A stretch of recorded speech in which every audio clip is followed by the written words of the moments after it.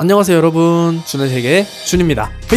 오늘 제가 약간 특이한 걸 들고 있죠. 핀마이크인데요. 제가 원래 카메라를 사용할 때는 핀마이크를 자주 사용했는데 핸드폰으로 바꾸면서 핀마이크의 효율성을 잘 못 느끼겠더라고요. 그래서 사용을 안 하고 있다가 영상을 좀 모니터링 해보니까 음성이 좀 부족한 것 같더라고요. 그래서 오늘은 이렇게 마이크를 켜고 영상을 찍고 있습니다. 오늘은 제가 무슨 얘기를 하려고 하냐면요, 바로 군생활 꿀팁에 대해서 이야기해보려고요. 물론 제가 군생활을 길게 한 거는 아니지만 그때 내가 미리 알았다면 좋았을 것들이 몇 가지 생각이 나는 거예요. 그래서 지금 새로 시작하는 여러분들께 혹은 현역에 있으시면 새로운 시각으로 군생활을 바라볼 수 있게 해드리고 싶어서 제가 꿀팁 4가지를 준비했습니다.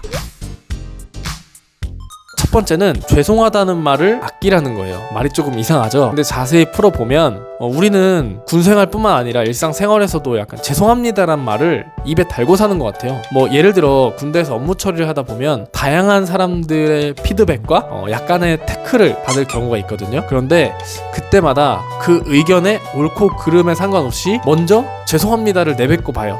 그게 우리의 습관처럼 된 거예요. 그리고 그게 예의라고 생각하는 경우도 있죠. 왜냐? 나한테 그런 의견을 주는 사람들은 대부분 나의 상급자일 거기 때문이에요. 근데 그 죄송합니다라는 말의 내면을 살펴보면은 일단 내 말이 틀렸고 당신의 말이 맞으니 내가 정말 미안하다라는 뜻이거든요. 근데 그렇다는 얘기는 그 상대방의 말이 다 옳아야 되잖아요. 근데 꼭 그렇지는 않아요. 왜냐면 그 상대방도 나한테 피드백을 줄 때 규정이 아니라 자신의 생각을 이야기한 경우가 많거든요. 그렇다 보니까 내가 죄송합니다라는 말을 할 때마다 나는 나의 업무의 전문성을 깎아내리는 거예요, 스스로. 내가 만약에 정확한 규정대로 일 처리를 하고 있는데 그 사람들과 단순히 의견이 다를 뿐이라면 난 잘못된 게 아니에요. 나는 죄송할 필요가 없는 거죠. 죄송이란 말을 자주 하다 보면 쉽게 말해서 호구가 잡혀요. 호구가 잡히면 저 사람들도 나를 신뢰할 수 없게 되는 거죠. 그렇기 때문에 반드시 그 죄송합니다라는 말은 아껴서 하셔야 됩니다. 다만 내가 명확하게 실수를 했다. 그때는 무조건 반드시 즉시 사과를 해야 돼요. 아까 제가 상급자에 대해서 이야기를 했잖아요. 왜냐? 나한테 그런 의견을 주는 사람들은 대부분 나의 상급자일 거기 때문이에요. 상급자와 상관의 차이를 명확하게 구분을 하셔야 돼요. 상급자는 단순히 나보다 계급이 높은 사람들을 의미하고요. 상관은 나의 지휘관이에요. 그러니까 군대는 지휘 계통으로 이루어져 있잖아요. 그래서 나보다 계급이 높다고 하더라도 지휘관이 아니면 나한테 지시를 할 수가 없는 거예요, 사실은. 아무리 많은 상급자가 피드백을 주더라도 정답은 규정과 지휘관의 의도라는 거, 그거를 잘 생각하셔서 내가 정말 죄송해야 될 상황인가 아닌가를 잘 판단하셔야 합니다.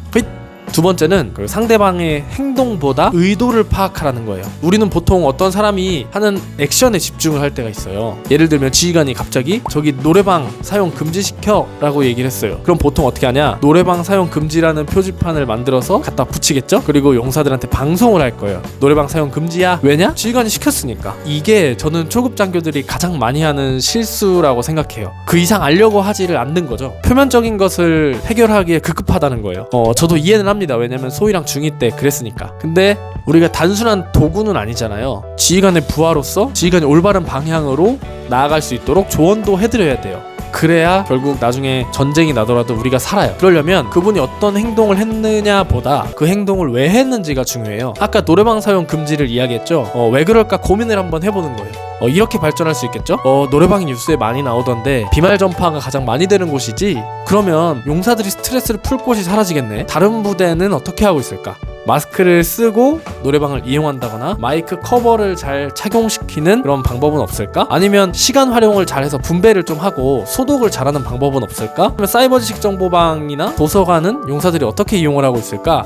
이런 것들을 생각해 보는 거예요. 별거 아니죠. 근데 제가 했던 이런 단계별 발전에서 중요한 건 지휘관이 노래방을 금지시켜 라고 한마디를 하셨을 뿐인데 우리는 현재 문제와 그 문제점을 어떻게 해결해 나갈지에 대한 방법을 도출해낸 거예요. 이거 못하는 사람 진짜 많아요. 그런 부하들은 지휘관을 나쁜 사람 만드는 거예요. 왜냐면 지휘관이 왈가왈부 하나하나 설명을 해줄 수가 없거든요. 그래서 지휘관 의도는 용사들 노래방 이용을 못하게 하고 싶은 게 아니잖아요. 단순히 코로나 확산을 금지시키고 싶은 것 뿐인 거예요. 그래서 생각을 하다 보면 그 의도에 맞는 조언을 할 수 있게 되고, 그러면 용사들도 좋고 지휘관도 좋아하게 되죠. 이런 게 일을 잘하는 법입니다. 또 이러한 의도를 찾으려고 노력하다 보면요, 자연스럽게 그분의 다음 행동이 예측이 돼요. 그러면 말을 하지 않아도 이미 그분이 나한테 말할 거를 일 처리를 하고 있어요. 의사소통을 잘해야 된다고 많이 얘기를 하는데요, 그 의사소통이 굳이 말로써 하는 게 아니거든요. 일 잘한다는 소리를 듣고 싶으시면 반드시 왜라는 질문을 계속 달고 그 사람의 의도를 파악해야 됩니다. 세 번째는 포켓 수첩을 활용하라는 거예요. 그 포켓 수첩이 이렇게 PX에서 많이 팔 거예요. 제가 군생활하면서 거의 이거를 한 6개월에 한 권씩은 쓴 것 같은데요. 요즘은 좀 디지털 시대라고 하죠. 그래서 그런지 어린 친구들을 보면은 대부분 핸드폰에 이렇게 메모를 하는 경우가 많아요. 그런데 군대에서는 회의나 업무를 할 때 육군 수첩에다가 이렇게 작성을 하는 경우가 많거든요.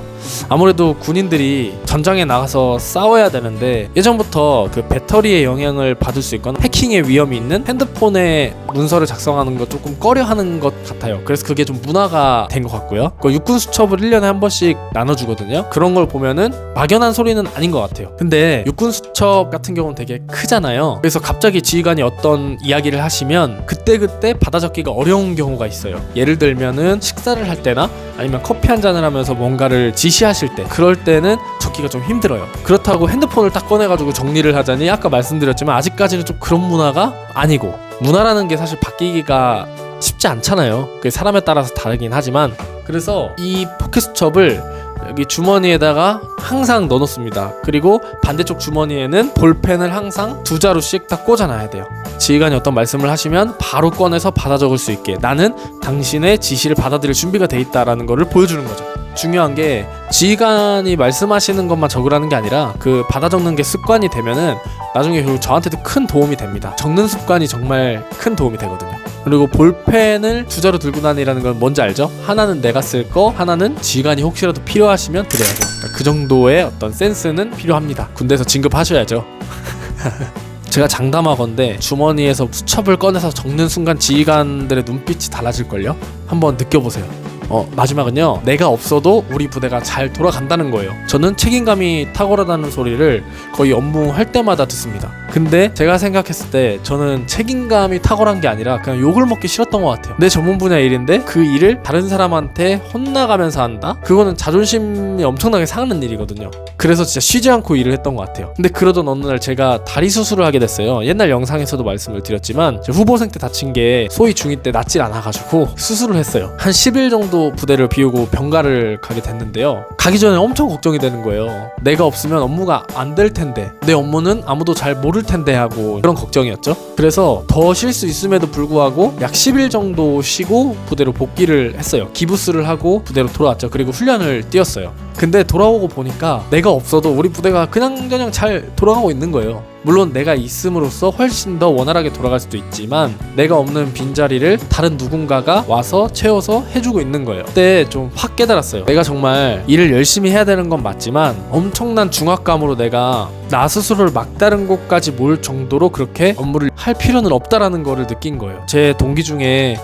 그런 압박감 때문에 안 좋은 선택을 한 동기도 있었거든요. 그래서 마음이 되게 아팠는데 그런 부담감을 가지고 스스로를 압박하지 않았으면 좋겠다는 거죠. 왜냐면 초급 장교들은 휴가 가는 것도 눈치 보는 사람 되게 많아요.